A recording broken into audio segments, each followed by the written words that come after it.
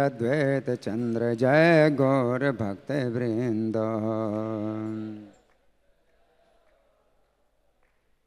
जय जय श्री चैतन्य जय नित्यानंद।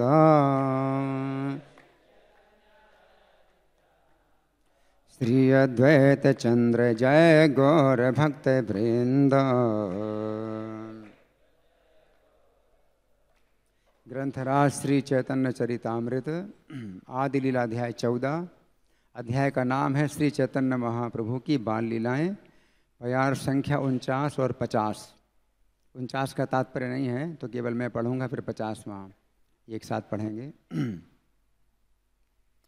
गंगा स्नान करी पूजा करी ले लागिला, करी ते लागिला, कन्या गण मध्य प्रभु आसिया बसीला।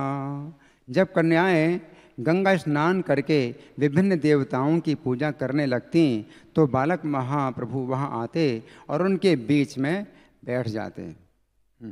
बड़ी अद्भुत लीला है। कन्याएं स्नान करके गंगा स्नान करके आई हैं देवताओं की पूजा करने के लिए और बीच में आकर के बैठ गए, है ना। बालक है ना, चंचल बालक है तो उससे कुछ भी लज्जा नहीं होती, है ना। तो ये जो है युवावस्था की लीलाएं नहीं हैं, ये बाल लीला है ना। तो चंचल बालक जो है लड़कियों के बीच में आकर के बैठ गया, है ना। अब मेरे साथ मेरे पीछे बोलिए। कन्यारे कहे आमा पूज आमी दिबावर,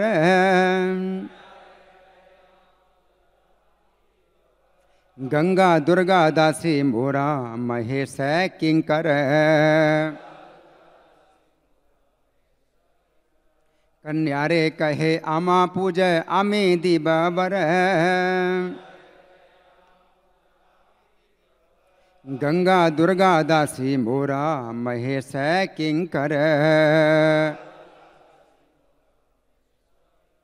कन्यारे कहे आमा पूज आमे दिबावर,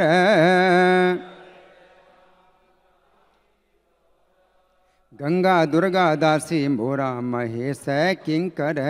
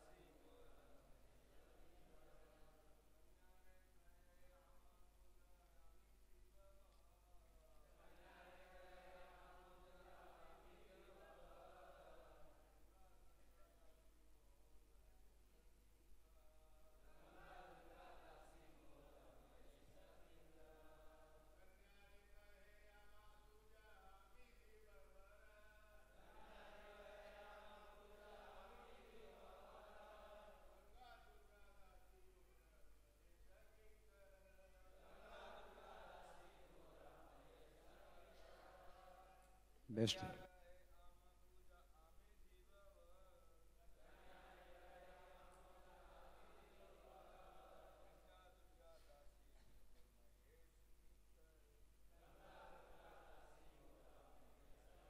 वैष्णव देवियाँ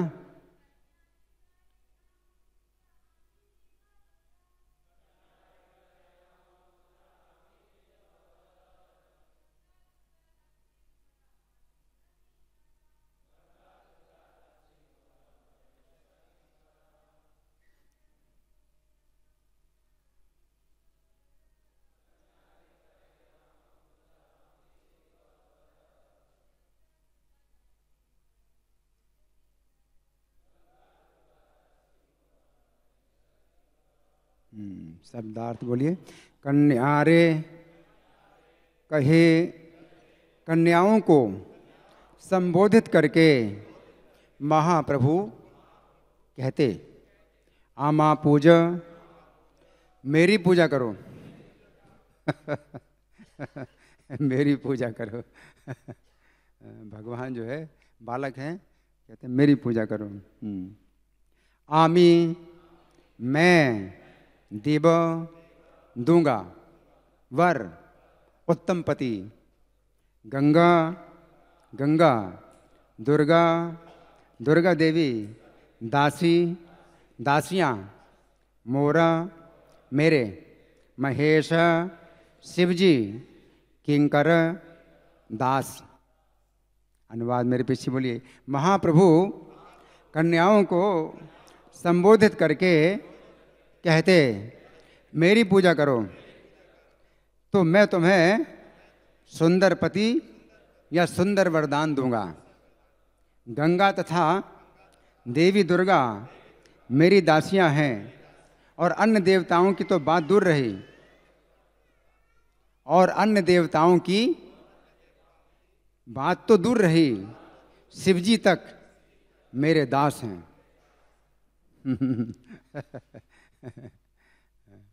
तो भगवान जो है वैसे मनुष्य लीला कर रहे हैं, और एक जैसे बालक चंचलता करता है उसी प्रकार से बातें कर रहे हैं।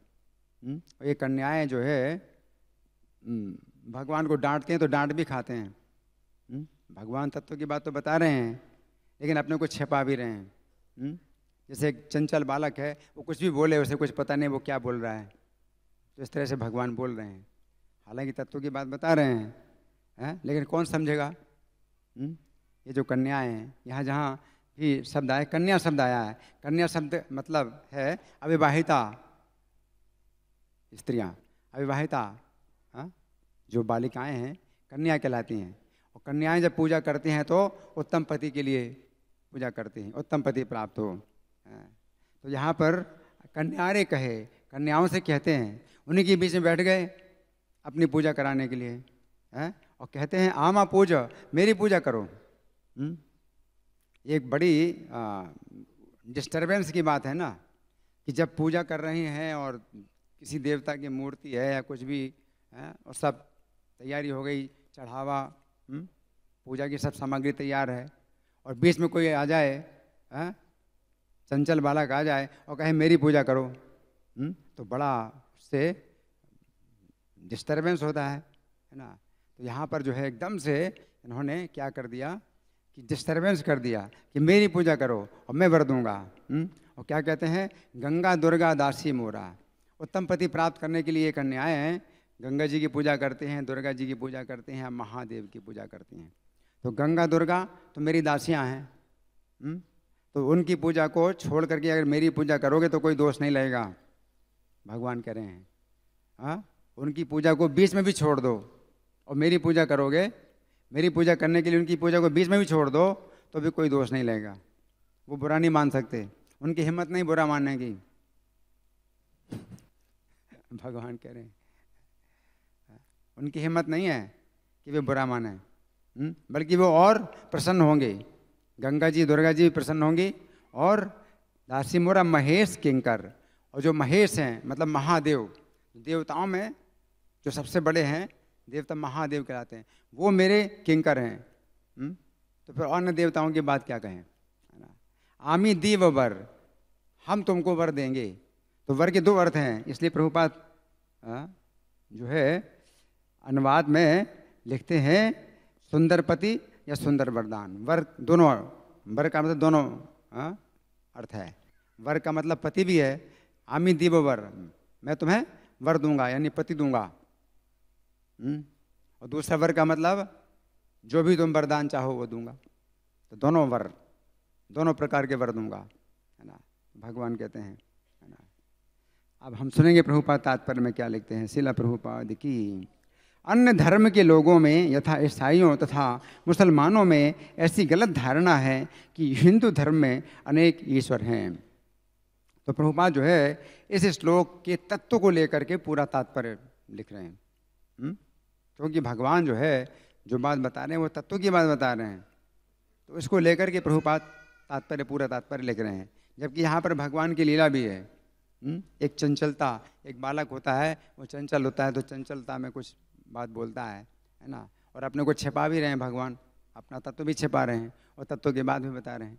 लेकिन प्रभुपाद जो है इस तत्व को लेकर के पूरा तात्पर्य लिख रहे हैं। तो क्या प्रभुपाद लिख रहे हैं, अन्य धर्म के लोगों में यथा ईसाइयों मुसलमानों में ऐसी गलत धारणा है कि हिंदू धर्म में अनेक ईश्वर हैं। तो वो सोचते हैं, और हिंदुओं में भी इस प्रकार से अपने अपने मत, तो कोई गणेश को ही सर्वोच्च मानते हैं, कोई शिव जी को, कोई दुर्गा देवी को सर्वोच्च मानते हैं। तो हिंदुओं में भी इस प्रकार का ज्ञान फैला हुआ है ना। जब हिंदुओं में जो इस प्रकार का ज्ञान फैला हुआ है, कोई शाक्त है तो शक्ति की उपासना करता है, कोई शैव है शिव की उपासना करता है, तो वैष्णव तो विष्णु की उपासना करते हैं, तो वो तो सर्वोच्च हैं, विष्णु तो सर्वोच्च हैं। लेकिन जो दूसरे हैं तो वो जो है अपने अपने देवी और देवताओं की उपासना करते हैं। और शाक्तों में भी जो है अनेक भेद हैं। तो कोई दुर्गा की उपासना करता है, कोई संतोषी माता की उपासना करते हैं, कोई इस माता, कोई उस माता, कई तरह की माताओं की उपासना करते हैं। तो चूंकि हिंदुओं में ही इस प्रकार का ज्ञान फैला हुआ है, तो फिर जो दूसरे धर्म के लोग हैं वो अगर इस प्रकार का आरोप लगाएं तो उनका फिर क्या दोष। तो प्रभुपाद लिख रहे हैं कि अन्य धर्म के लोगों में यथा ईसाइयों मुसलमानों में ऐसी गलत धारणा है कि हिंदू धर्म में अनेक ईश्वर हैं, है ना। इसे कहते हैं बहुईश्वरवाद, बहु ईश्वरवाद। तो बहु ईश्वरवाद है। और बहुत से लोग बोलते भी हैं कि यहाँ किसी भी देवता की पूजा करो, एक ही गंतव्य प्राप्त होगा। तो वो निराकारवादी हैं। तो वो ईश्वर को मानते ही नहीं, ईश्वर के रूप को ही नहीं मानते हैं। इसलिए वे किसी भी देवता की पूजा करने के लिए समर्थन करते हैं कि किसी भी देवता की पूजा करो, अंत में क्या होगा, वो रूप समाप्त हो जाएगा, आप भी समाप्त हो जाएंगे, और क्या हो जाएगा, केवल शून्य बचेगा। तो ऐसे निर्विशेषवादी हैं, शून्यवादी हैं। तो वे भी जो है किसी भी पूजा का विरोध नहीं करते, किसी की भी पूजा करो, है ना। लेकिन अंत में वो क्या बताते हैं, सब शून्य हो जाता है, आप भी शून्य हो जाएंगे, वो देवता भी शून्य हो जाएगा, और आपकी पूजा भी शून्य हो जाएगी, सब शून्य हो जाएगा। तो यहाँ प्रभुपाद लिख रहे हैं, वास्तव में ये हकीकत नहीं है, ईश्वर एक हैं, लेकिन ऐसे अनेक शक्तिमान जीव हैं जो प्रशासन के विभिन्न विभागों का कार्यभार संभालते हैं। तो आज के इस प्यार में जो चैतन्य महाप्रभु कह रहे हैं, ये तत्व की बात है कि गंगा और दुर्गा दासियां हैं, है ना। तो वे भी ईश्वरी हैं, गंगा जी भी ईश्वरी हैं, दुर्गा जी भी ईश्वरी हैं, और शिव जी भी ईश्वर हैं। लेकिन ये दास हैं किसके, परमेश्वर के, ईश्वर परमः कृष्ण। तो जितने भी ईश्वर हैं ये सब परमेश्वर के ही अधीन हैं। तो यहाँ प्रभुपाद लिखते हैं ये देवता कहलाते हैं। इसलिए प्रभुपाद ने अंग्रेजी में एक अलग शब्द दिया देवताओं के लिए, क्या, डेमीगॉड। ये पहले कहीं अंग्रेजी में ऐसा शब्द कहीं नहीं था। तो मैं नहीं जानता प्रभुपाद के पहले किसी ने ऐसा दिया हो शब्द। गॉड्स, गॉड देवताओं के लिए भी गॉड बोलते हैं, भगवान के लिए भी गॉड बोलते हैं, लेकिन प्रभुपाद ने ये शब्द दिया डेमीगॉड, है ना। और कृष्ण के लिए क्या शब्द दिया, supreme personality of God head. तो प्रभुपाद के अंग्रेजी की जो शब्दावली है ये बहुत स्पष्ट है, जिससे कि हर सेंटेंस में, हर वाक्य में मतलब पता चलता है कि चाहे शिव जी हो, चाहे ब्रह्मा जी हो, चाहे कोई भी देवता हो, उनको डेमीगॉड की श्रेणी में रख करके प्रभुपाद ने हर बात में इसको जो है अंतर बताया है, इस बात का अंतर बताया है कि कृष्ण अलग हैं, वे जो है देवताओं की श्रेणी में नहीं हैं। तो अंग्रेजी के शब्द भी जो है प्रभुपाद ने ऐसे दिए हैं जो पहले कभी किसी ने नहीं दिए, है ना, डेमीगॉड। तो हाँ, प्रभुपाद लिख रहे हैं ये देवता कहलाते हैं, सारे देवता पूर्ण पुरुषोत्तम भगवान के आदेशों का पालन करने वाले दास हैं।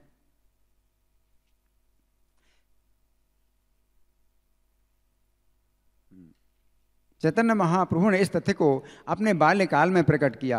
कभी कभी लोग अज्ञानवश किसी विशेष वर की प्राप्ति के लिए देवताओं की पूजा करते हैं। यहाँ पर वर का मतलब पति नहीं है, वर का मतलब वरदान। कभी कभी लोग अज्ञानवश किसी विशेष वर की प्राप्ति के लिए देवताओं की पूजा करते हैं, किंतु यदि कोई पूर्ण पुरुषोत्तम भगवान का भक्त और उपासक बन जाए तो उसे वर की प्राप्ति के लिए देवताओं के पास जाने की आवश्यकता नहीं है, क्योंकि भगवान की कृपा से उसे सब कुछ प्राप्त हो जाता है। जैसे गीता में भगवान ने कहा है, यावान अर्थोत्पाने सर्वतः संप्लुतोदके तावान सर्वेषु वेदेषु ब्राह्मणस्य विजानतः। कि गांवों में अलग अलग कुएं होते हैं अलग अलग प्रयोजन के लिए। कोई कुआं है तो उसमें वस्त्र ही धोए जाते हैं, कोई कुआं है उसमें केवल स्नान ही किया जाता है, कोई कुआं है उसमें पानी पीने का जो जल है वो निकाला जाता है। तो अलग अलग प्रयोजन के लिए अलग कुएं होते हैं, लेकिन सर्वतः संप्लुतोदके, लेकिन सब ओर से भरा हुआ जलाशय है तो उसे सभी कुओं के प्रयोजन उसी से पूरे हो जाते हैं। तो उसी प्रकार से भगवान की भक्ति और भगवान की पूजा में जितने देवताओं के कार्य हैं वो सब पूरे हो जाते हैं। कोई ज़रूरत नहीं है अलग से देवताओं की पूजा करने की। तो प्रभुपाद लिखते हैं भगवद गीता 7:20 और 7:28 में ऐसी देव पूजा की भर्त्सना की गई है। भर्त्सना मतलब भर्त्सना निंदा, निंदा की गई है। 7:20 में कामस्तैस्तै हृद ज्ञाना प्रपद्यन्ते न देवता तम तम नियमम आस्थाएं प्रकृतिया नियता स्वया। जिनकी बुद्धि हर ली गई है और जो काम वासनाओं के कारण पागल हो चुके हैं वे देवताओं की पूजा करते हैं और अपने अपने स्वभावों के अनुसार पूजा के विशेष विधानों का पालन करते हैं। ये 7:20 है गीता का, है ना। जिसमें क्या भगवान कह रहे हैं कि कामनाओं के दुर्जन का ज्ञान हरण हो गया है। ज्ञान क्या है? ज्ञान ये है कि भौतिक संसार जन्म मृत्यु का है और मैं इस जीवन काल में कुछ भी वरदान पाना चाहता हूँ तो सब नष्ट हो जाएगा, इस जीवन के साथ वो नष्ट हो जाएगा, है ना। और फिर मुझे जन्म मरण का जो चक्र है वो प्राप्त होगा, वो फिर अनिश्चित है, सब कुछ अनिश्चित है। तो ये ज्ञान जिनका हरण हो जाता है तो अन्य देवताओं की पूजा करते हैं किसी कामना को पूरी करने के लिए। जबकि जन्म मरण का जो इतना भारी कष्ट है, इतना भारी संकट है, उससे वो छूटना नहीं चाहते। तो ज्ञान हरण है उनका, ज्ञान उनका हर लिया गया है कामनाओं के द्वारा, है ना। तो फिर प्रभुपाद श्लोक उद्धृत करते हैं गीता के 7वें अध्याय के 28वें श्लोक। ये साम त्वंतगतम पापम जनानाम पुण्य कर्मणाम ते द्वंद्व मोह निर्मुक्ता भजन्ते माम दृढ़व्रता। किंतु जो लोग सारे पाप कर्मों और द्वंद्वों से मुक्त हैं वे दृढ़ता के साथ पूर्ण पुरुषोत्तम भगवान की पूजा में लग जाते हैं। तो भगवान यहाँ क्या कह रहे हैं? जिनके पाप समाप्त हो चुके हैं इसलिए वो द्वंद्व के मोह से मुक्त हैं, सुख दुख रूपी द्वंद्व के मोह से मुक्त हैं। तो वे जो है मेरा भजन करते हैं दृढ़ व्रता, दृढ़ निश्चय के साथ मेरा भजन करते हैं। क्या दृढ़ निश्चय है? जरा मरण मोक्षाय, बुढ़ापा और मृत्यु से मुझे छूटना है पहले, फिर कुछ और कामनाएं पूरी करूं कि नहीं। जिनके अंदर जो है बुढ़ापा मृत्यु से तो छूटने की कोई इच्छा नहीं है, बुढ़ापा मृत्यु का संकट तो है ही है, और कामनाओं को पूरा करना चाहते हैं। मूर्ख। जब वृद्धावस्था आएगी तो जितनी भी आपकी काम उपभोग की वस्तुएं हैं उनका आप कैसे भोग करोगे? और मृत्यु आएगी तो सब छोड़ के जाना पड़ेगा। तो जिनके पाप नष्ट हो गए हैं तो वे इस द्वंद्व के मोह से मुक्त होकर के दृढ़ निश्चय के साथ मेरा भजन करते हैं कि मुझे बुढ़ापा और मृत्यु से छूटना है। भजन ते माम दृढ़व्रता, दृढ़ निश्चय के साथ भजन करते हैं, है ना। तो वे अन्य देवताओं के चक्कर में नहीं पड़ते हैं, क्योंकि अन्य देवता बुढ़ापा और मृत्यु से नहीं छुड़ा सकते हैं। आगे प्रभुपाद लिखते हैं केवल मूर्ख ही अपने विविध प्रयोजनों के लिए देवताओं की पूजा करते हैं, किंतु जो अत्यंत बुद्धिमान हैं वे केवल पूर्ण पुरुषोत्तम भगवान कृष्ण की ही पूजा करते हैं। आगे प्रभुपाद लिखते हैं कभी कभी हम पर कृष्ण भावनामृत आंदोलन के सदस्यों पर आरोप लगाया जाता है कि हम देवताओं की पूजा का समर्थन नहीं करते। तो यह है। लोग जो है हरे कृष्णा वालों की निंदा करते हैं कि हरे कृष्णा वाले जो है एक ही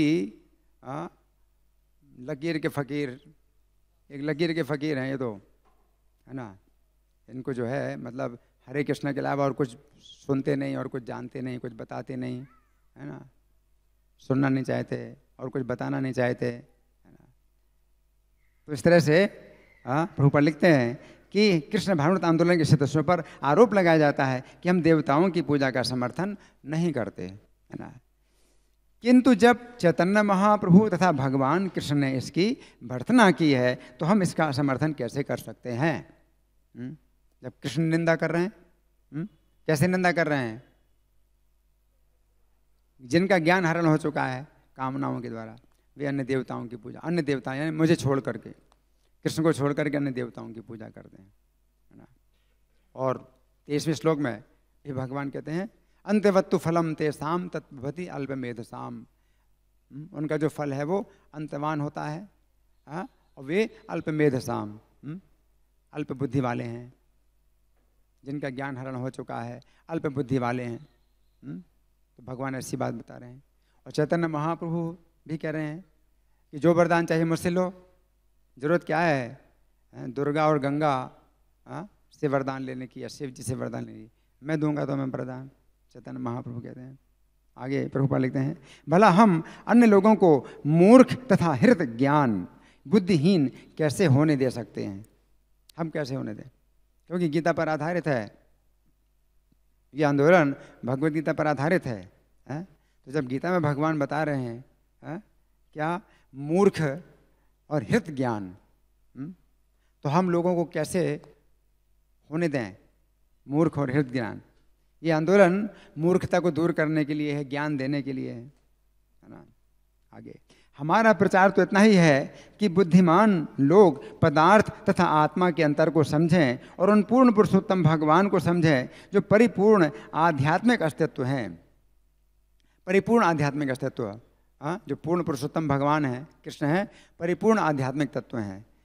मतलब उनके शरीर में किसी प्रकार की भौतिकता नहीं है, सच्चिदानंद विग्रह। तो शिव जी हैं या और भी जितने देवता हैं, तो उनका शरीर पूर्ण आध्यात्मिक नहीं है, पूर्ण आध्यात्मिक नहीं है। लेकिन कृष्ण हैं, श्री कृष्णम प्रकृते परम, तो भौतिक प्रकृति से परे श्री कृष्ण हैं। सच्चिदानंद विग्रह, उनका ही शरीर सच्चिद आनंद विग्रह है ना। आगे प्रभुपाद लिखते हैं यही हमारा जीवन कार्य है, हमारे जीवन का कार्य यही है, हमारा पूरा जीवन इसी कार्य में समर्पित है, कि लोगों को समझाएं हम पदार्थ आत्मा में अंतर। तो हम पदार्थ से छूटें और शुद्ध आत्म तत्व को प्राप्त करें। पराभवस्तावदबोध जातो यावन जिज्ञासद आत्म तत्वम। तो जब तक कोई व्यक्ति आत्म तत्व की जिज्ञासा नहीं करता है तब तक जीवन में पराभव की प्राप्ति होगी। तो आत्म तत्व, हम जाने कि हम क्या हैं, हम पदार्थ नहीं हैं, हम आत्मा हैं, है ना। तो फिर वो स्थिति प्राप्त करने के लिए हमें कृष्ण की शरण लेनी होगी ताकि हम पदार्थ के संपर्क से छूट सकें। पदार्थ के संपर्क के कारण ही हमें जन्म मरण बुढ़ापा बीमारी के कष्ट प्राप्त हो रहे हैं। आगे प्रभुपाद लिखते हैं भला हम इस भौतिक जगत के भौतिक शरीरों में विद्यमान तथा कथित देवताओं की पूजा करने के लिए लोगों को दिग्भ्रमित कैसे कर सकते हैं? तो शिव जी का शरीर भी पूर्ण आध्यात्मिक नहीं है, उसमें भी कुछ भौतिकता है। जैसे बताया गया है क्षीरम यथा दधि विकार विशेष योगात्, क्षीरम यथा दधि विकार विशेष योगात् संजायते नहीं तथा पृथगस्ति हेतो या संभुतामपि तथा समपैति कार्यात् गोविंदमादि पुरुषम तमहम भजामि। जैसे दूध में खटाई का विकार आने से वो दही बन जाता है, उसी प्रकार से जो संभुता को प्राप्त करते हैं तो कृष्ण ही शिव बनते हैं, कृष्ण ही शिव बनते हैं। जैसे दही दूध से ही बनता है, दूध ही दही बनता है, दही अलग से नहीं होता है, दूध ही दही बनता है। उसी प्रकार से कृष्ण ही संभुता को प्राप्त करते हैं। इन कैसे? माया का जो संपर्क है जब होता है तो वो संभुता को प्राप्त करते हैं। तो प्रकृति का संपर्क है शिव जी में, लेकिन कृष्ण में प्रकृति का संपर्क नहीं है। विशुद्ध विशुद्ध तत्व। आगे प्रभुपाद लिखते हैं, भला हम इस भौतिक जगत के भौतिक शरीरों में विद्यमान तथा कथित देवताओं की पूजा करने के लिए लोगों को दिग्भ्रमित कैसे कर सकते हैं? हम कैसे दिग्भ्रमित करें? अगर हमारे पास आंखें हैं और अंधा व्यक्ति अगर गड्ढे में गिर रहा है तो हम कैसे देख सकते हैं कि वो गड्ढे में गिरे और हम उसको ना रोकें? वो अंधा व्यक्ति नहीं देख रहा है तो वो हो सकता है वो नाराज हो हमारे ऊपर कि मुझे क्यों परेशान कर रहे हो। अंधा व्यक्ति नाराज भी होता है, लेकिन जो देखने वाला है वो व्यक्ति फिर भी बचाने की कोशिश करता है। फिर अगर नहीं बचना चाहता है और गड्ढे में गिरने की इच्छा है तो क्या कर सकते हैं? लेकिन जिसके पास आंखें हैं वो विरोध तो करता ही है कि क्यों जा रहे हो, है ना। आगे प्रभुपाद लिखते हैं, हमारे द्वारा सैकड़ों देवताओं की पूजा की अनुमति ना देने की स्थिति की पुष्टि चैतन्य महाप्रभु द्वारा उनके बाल्यकाल में ही की गई थी। इस संबंध में श्रील नरोत्तम दास ठाकुर ने गाया है, अन्य देवाश्रय नाई तुम्हारे कहेनो भाई, यही भक्ति परम करन। पूर्ण पुरुषोत्तम भगवान का दृढ़ एकनिष्ठ और शुद्ध भक्त बनने, अनन्य भाग के लिए अपने चित्त को देवताओं की पूजा में लगाकर विचलित नहीं करना चाहिए। ऐसा नियंत्रण शुद्ध भक्ति का लक्षण है। ऐसा नियंत्रण यानी रुकावट, ऐसा नियंत्रण शुद्ध भक्ति का लक्षण है। तो हम जो है अगर रोकते हैं किसी को कि अन्य देवताओं की पूजा की जगह कृष्ण की पूजा करो, तो ये शुद्ध भक्ति का लक्षण है, इसमें दोष नहीं हो रहा है। कोई व्यक्ति अगर देवताओं की पूजा को छोड़ करके कृष्ण की पूजा करता है तो उसमें दोष नहीं है, बल्कि बहुत बड़ा गुण है। यहाँ पर चैतन्य महाप्रभु ये लीला करके, क्योंकि यहाँ पर गोवर्धन की पूजा में तो कृष्ण ने पहले से अपना सुझाव दिया था कि हमें इंद्र की पूजा को छोड़ करके गोवर्धन की पूजा करना चाहिए। तो वहाँ तो सभा में कृष्ण ने ये बात उठाई थी और फिर सभा में सबने विचार किया और फिर सबने निर्णय किया कि ठीक है गोवर्धन की पूजा करेंगे। लेकिन यहाँ तो कन्याओं के बीच में जाकर के बालक निमाई क्या बोल रहा है, मेरी पूजा करो, ये सब मेरे दास दासी हैं, उन्हीं के सामने बोल रहे हैं मेरी पूजा करो, है ना। तो इस तरह से भी अगर कोई बाधा डालता है देवताओं की पूजा में, कृष्ण की पूजा के लिए अगर देवताओं की पूजा में बाधा डालता है तो भी इसमें दोष नहीं है। यहाँ पर ये बताया गया। फिर भी हमारा ये काम नहीं है, हमारा ये काम नहीं कि लोगों को उद्विग्न करें। लोग तो उद्विग्न होंगे, तो हमारा ये काम नहीं है कि लोगों को उद्विग्न करें। लेकिन जहाँ हमें अवसर मिलता है तो हम बताते हैं और कृष्ण में और देवताओं में अंतर बताते हैं, और देवताओं की पूजा से क्या प्राप्त होती है, कृष्ण की पूजा से क्या प्राप्त होता है, तो तत्व की बातें बताते हैं। और किसी व्यक्ति को उद्विग्न ना करने के लिए हम फिर ये भी कहते हैं कि ठीक है हरे कृष्ण मंत्र का आप जाप करो, जो कुछ करते हो पूजा अगर आप करना चाहते हो तो करो, लेकिन साथ साथ जोड़ो, हरे कृष्ण मंत्र का जाप करो। तो यहाँ चैतन्य महाप्रभु एक चंचल बालक के रूप में आए हैं, तो चंचल बालक को तो सब कुछ शोभा देता है, वो जो कुछ भी करे तो उसकी चंचलता जो है कोई दोष नहीं मानी जाती है, एक बालक है। लेकिन हम लोग अगर किसी पूजा में जाकर के बीच में अगर बाधा डालें और एकदम से रोकें, बंद करो इसको, कृष्ण की पूजा करो तो अनावश्यक जो है उद्वेग पैदा होगा और विरोध पैदा होगा और बहुत इसका दुष्परिणाम भी हो सकता है ना। इसलिए किसी प्रकार का दुष्परिणाम ना हो, इसके लिए हमारा जो आंदोलन है वो इस तरह का है कि जिस समय लोग जो है फुर्सत में सुनने के लिए तैयार हो तो उनको फिर हम बताएं कि ये तत्व की बात है। और वो व्यक्ति फिर धीरे धीरे पूजा छोड़ेगा, धीरे धीरे उसको जो है विचार करेगा, क्योंकि एकदम से परिवर्तन नहीं होता है उनके जीवन में। तो हम उनको जो है तत्व की बातें बताते हैं। प्रभुपाद ग्रंथ ही अगर देते हैं तो इतने से ही आपका काम बहुत बड़ा काम होता है कि आप प्रभुपाद ग्रंथ ही देते हैं, या हरे कृष्ण मंत्र का कीर्तन करते हैं और वो सुनते हैं, तो ये भी बहुत बड़ा लाभ है। और वे इस दिशा में उनकी चेतना शुद्ध होती है, तो ये बहुत बड़ा लाभ है ना।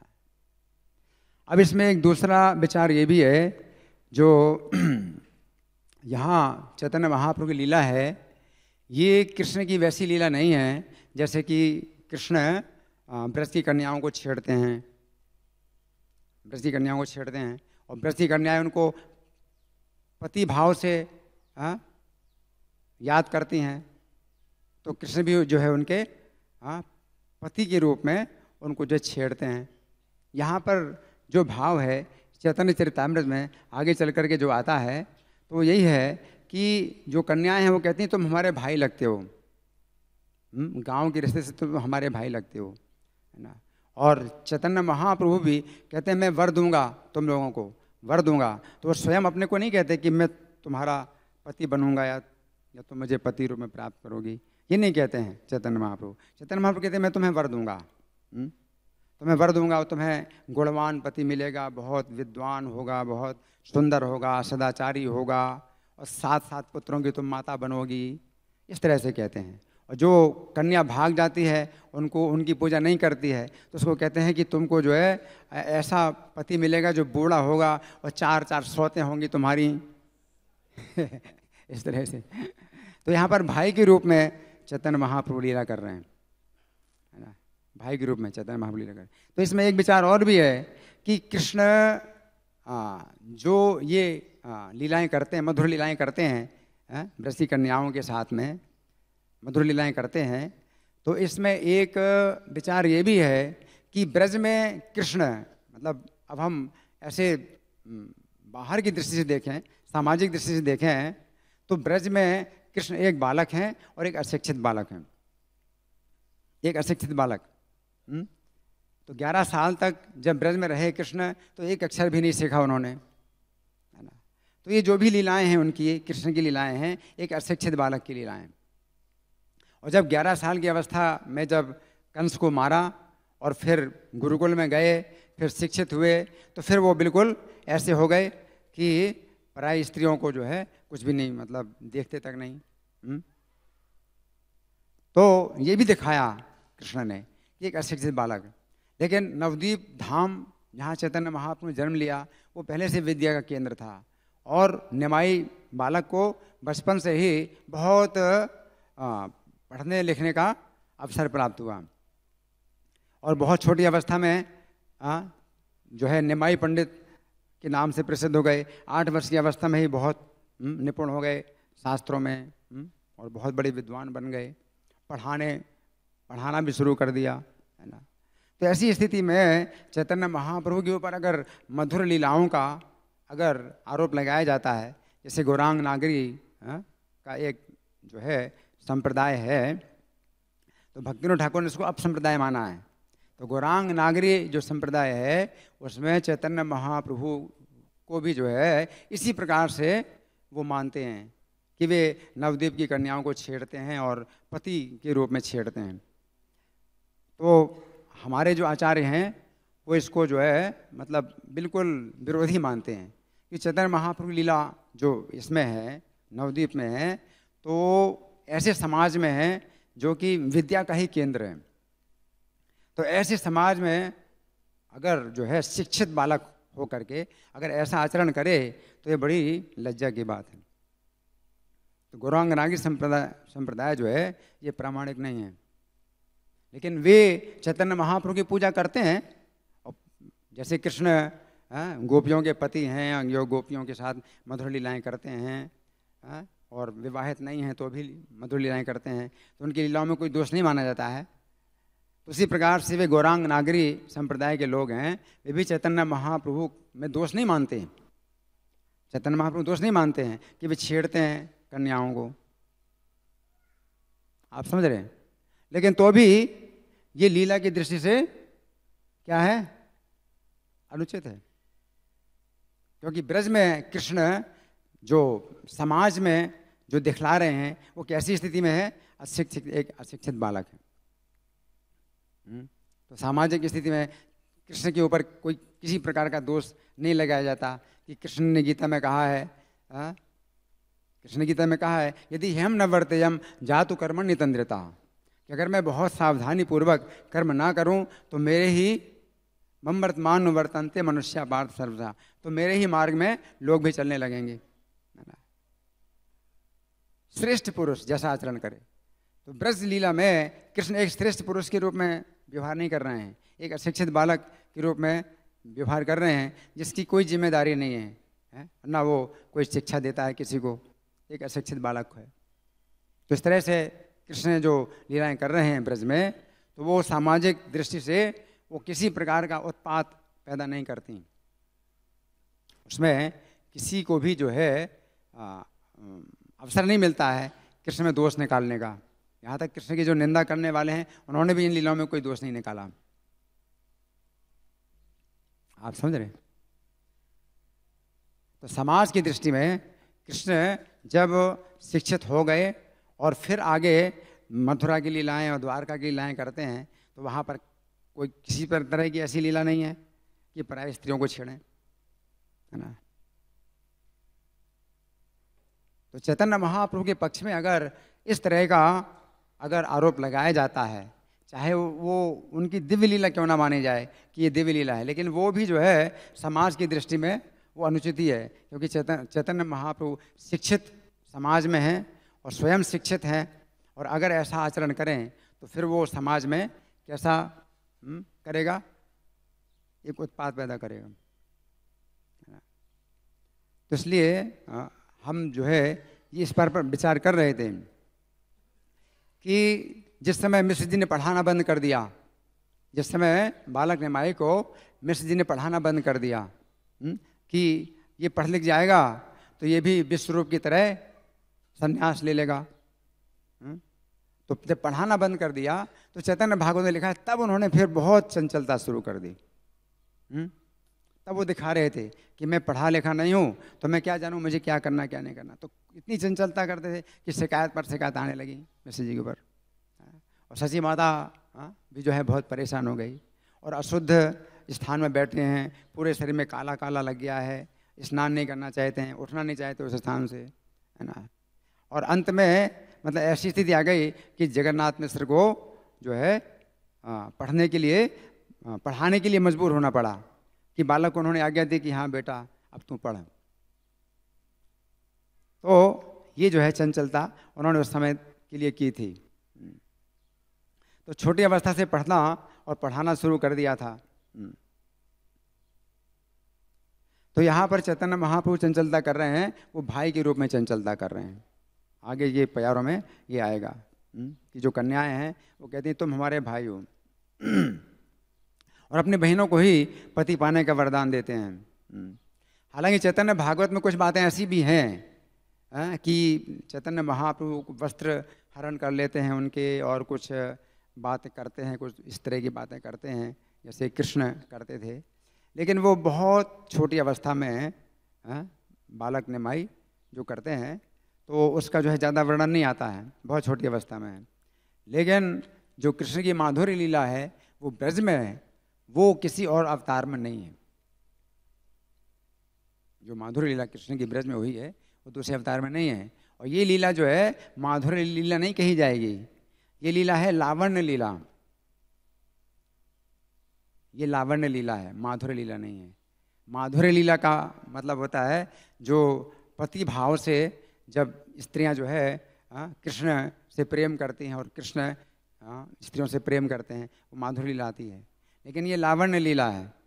लावण्य लीला में बालक जो है चंचलता करता है, शैतानी करता है और उनको तंग करता है ना।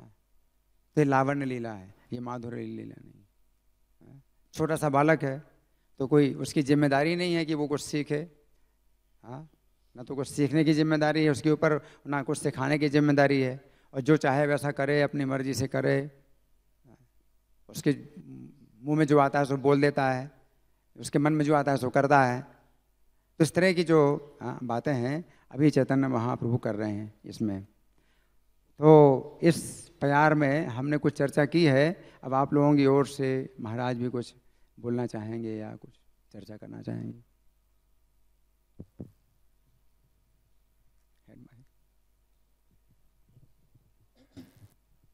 हरे कृष्ण।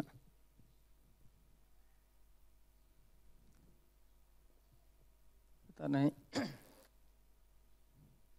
क्योंकि हमारे हाथ में माइक आ गया इसलिए शायद कुछ सब लोग एग्री ना भी होंगे, और खासकर जीता मित्र प्रभु ये तो इस्कॉन के एक अन्यतम वरिष्ठ और विद्वान भक्त हैं। प्रभु जी बार बार आप कह रहे थे कि भगवान कृष्ण की जो ब्रज की लीलाएं हैं 11 वर्ष से पूर्व जो हुई है, शब्द का भी आप प्रयोग है अशिक्षित इमैच्योर अवस्था में हुई है। इससे जब आप कहते हैं तो ऐसा लगता है कि जो भौतिक मोरालिटी है, भौतिक नैतिकता है, वो लोग भी इस बात को डाइजेस्ट नहीं कर पाते हैं कि भगवान कृष्ण क्यों दूसरे स्त्रियों को तंग करते थे। यदि आप भी इसी तरह का प्रयोग करते हैं कि शिक्षा की अवस्था में, तो लगता है कि आप उसको जस्टिफाई करने का प्रश्न कर रहे हैं कि खराब है, लेकिन कृष्ण मैच्योर नहीं थे, बच्चे थे, अशिक्षित थे। तो इस तरह तो डायरेक्ट लीला पर ही दोष जा रहा है कि वो लीलाएं खराब हैं, परंतु वह लीलाएं इमैच्योर अवस्था में की गई, अशिक्षित अवस्था में की गई। तो यह तो थोड़ा सा बड़ा क्वेश्चन उत्पन्न करता है। और दूसरी बात कि वो विद्या का केंद्र था बाह्य दृष्टिकोण से कम नवद्वीप, और भगवान की जो चैतन्य महाप्रभु की लीलाएं हुई वो मैच्योर्ड शिक्षात अवस्था में।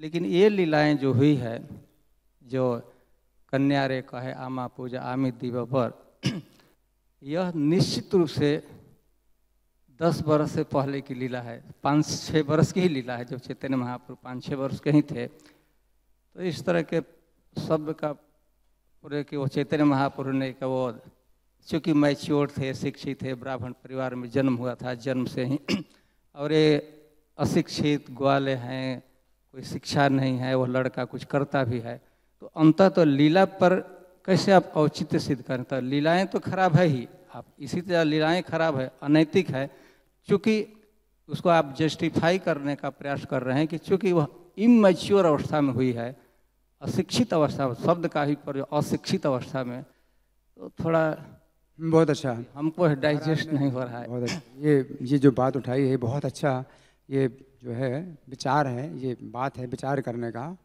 तो इसमें अभी हमें समझना पड़ेगा कि जब कृष्ण ने जो लीलाएं की, जो रासलीला की, तो इसका दर्शन मनुष्यों के समाज में किसी ने नहीं किया। मनुष्यों के समाज में इस लीला का दर्शन किसी ने नहीं किया, कोई भी नहीं जान सका इस लीला को।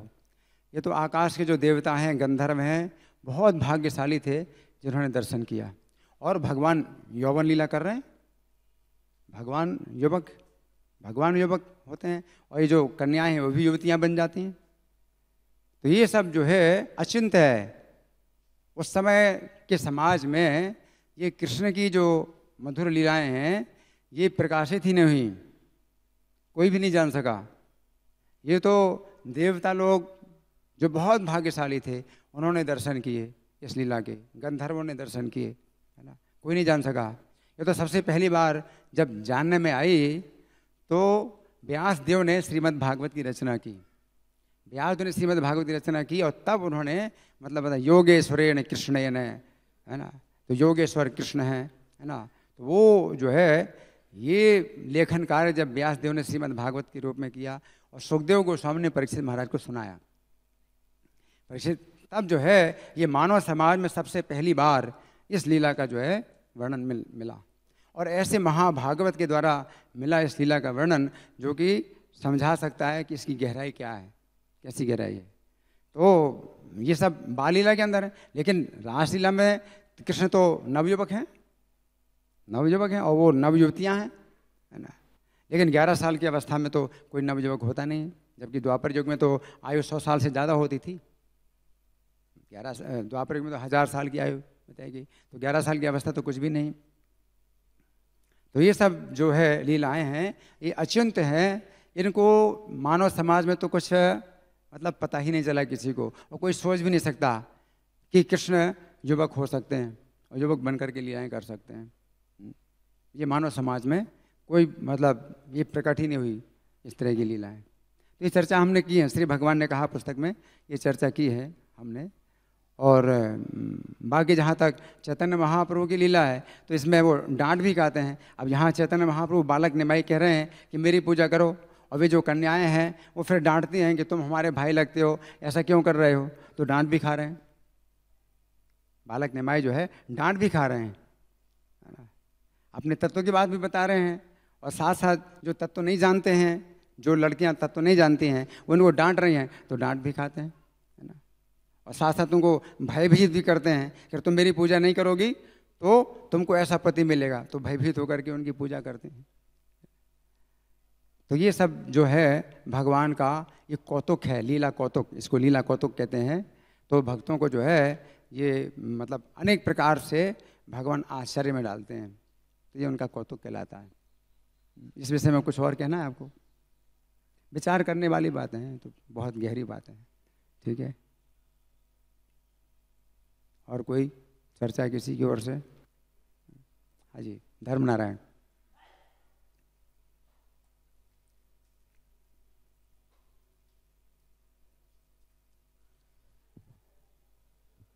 हरे कृष्णा प्रभु जी, धन्यवाद प्रभु जी, बहुत डिटेल में आपने एक्सप्लेनेशन दिया इस श्लोक का। कहीं कहीं थोड़ा सा कंफ्यूजन हो रहा है, इसमें थोड़ा डीप में आप गए। तो जैसे कि एक तो अभी आपने दोबारा जैसे महाराज का प्रश्न था शिक्षित वाला, वो थोड़ा सा हार्ड लग रहा था हमें भी। और एक और ये जो अभी आपने बताया कि यौवन में भगवान ने रासलीला किया, बट हमने सुन रखा है कि 8 साल की उम्र में शायद रासलीला हुई थी। सुन रखा है?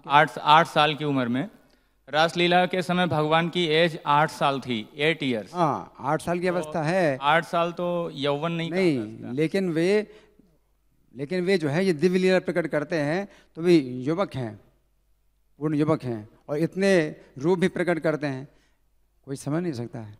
योगेश्वर, इसलिए कहा गया है योगेश्वरेण कृष्णेन, योगेश्वर हैं कृष्ण।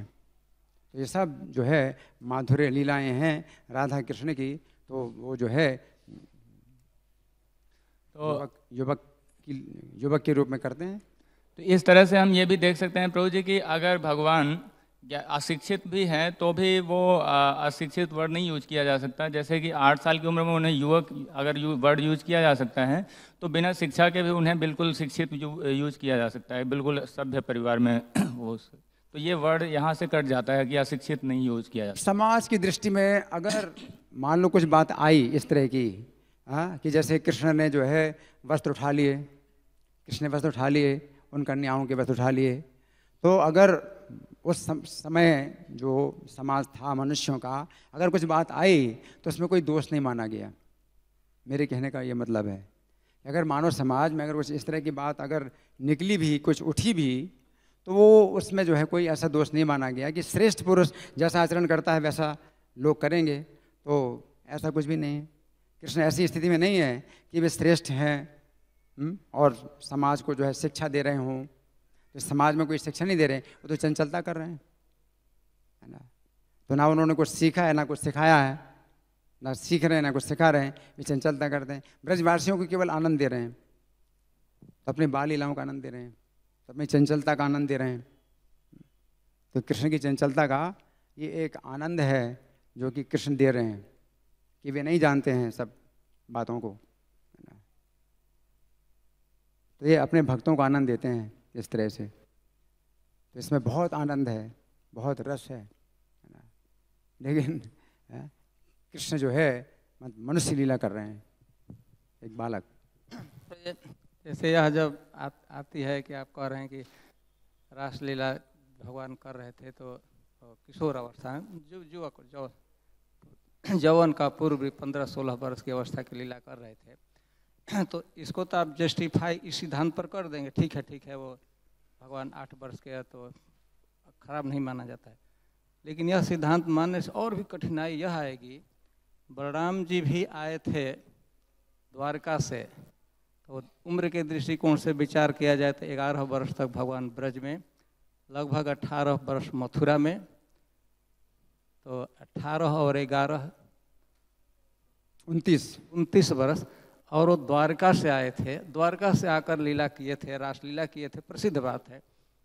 उसको कैसे आप जस्टिफाई कर, यदि इस सिद्धांत पर उसको कैसे, वो तो अनैतिक साथ, वो तो मैच्योर हैं, सांदीपनी मुनि के यहाँ पढ़े भी हैं और पता नहीं और भी 40-50 वर्षों के होंगे और आकर यहाँ पर ब्रज में लीला करेंगे, तो यह जब आप जो सिद्धांत दे रहे हैं उस पर तो उनको कैसे आप कहेंगे कि हाँ वो ठीक। हाँ, इस पर विचार करना होगा कि बलदेव जी ने जब रासलीला करी तो इस पर जो है मतलब समाज की दृष्टि में कैसा मतलब ये प्रभाव पड़ा होगा। लेकिन गर्ग संहिता में तो ये भी वर्णन है कि कृष्ण ने 3 बार रासलीला करी।